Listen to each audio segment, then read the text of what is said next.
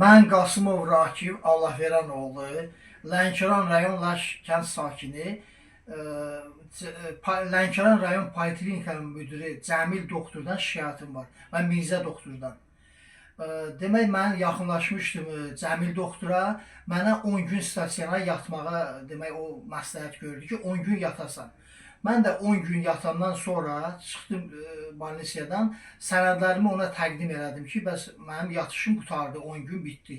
O da mənə, Cəmil doktor da mənə dedi ki, gedirsən, yaxınlaşırsan Mirzə doktora və Səbinə xanıma. İkisi də cərrahdılar.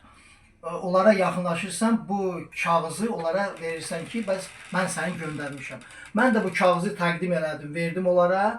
Onlar, Səbinə xanım dedi ki, Mirzə doktor, biz ikimiz bu xəstəyə baxmalıyıq, bunun vəziyyətinə nə yerdədir. Mirzə doktor ruçka, qırmızı ruçka aldı kimdənsə, xətt çəkdi buradan, hətta bu kağızı da saxlamışam, sübut kimi. Dedi ki, mən sənə baxmaq belə istəmirəm, sən hara getsən get, mənlik deyil. İndi mən də qalmışam belə çıxılmaz vəziyyətdə, mən öz dərdimi kimə deyim, hara yaxınlaşım. Bu Lənkəran həkimləri həqiqətən Allahın yolundan çıxıblar. Bunlara bilmirəm, bunlar qorxmurlar heç kəsdən, heç kəsi saymırlar. Şəxsən mən bir vətəndaş kimi, bir xəstə kimi mən buna mehtacam, bununla gəzirəm. Mənim hər iki ayaqlarım qəzada sınıb, qolum da sınıb. Mən də bunlara dəfələrlə bunlara müraciət etmişəm, xahiş edirəm. Mənim bu işimə siz bir baxasınız, mənə bir yol göstərirsiniz, bir əncam çəkəsiniz də mənim bu, axı belə olmaz.